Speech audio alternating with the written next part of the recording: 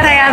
I'm upset about the environment and women's rights, and I think the country is just headed down the wrong path.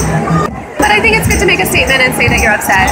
I don't know that it's going to change anything. I don't think the current administration is very open to listening, but I think that we should make our voices heard in a peaceful way.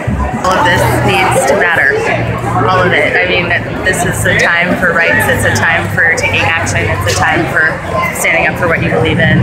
Because there are people who do not believe in things that are right and good for humans. Hopefully this march mobilizes people to action, to call their senators and their representatives and to sign petitions and to march and scream and yell and make the world a better place, because it has a lot of potential to be a much worse place now.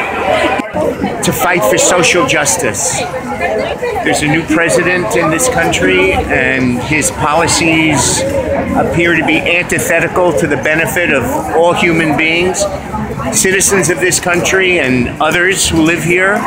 And this is a protest against his policies that are perceived in the cabinet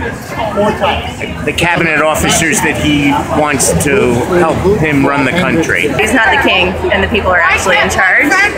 So I'm one of those people.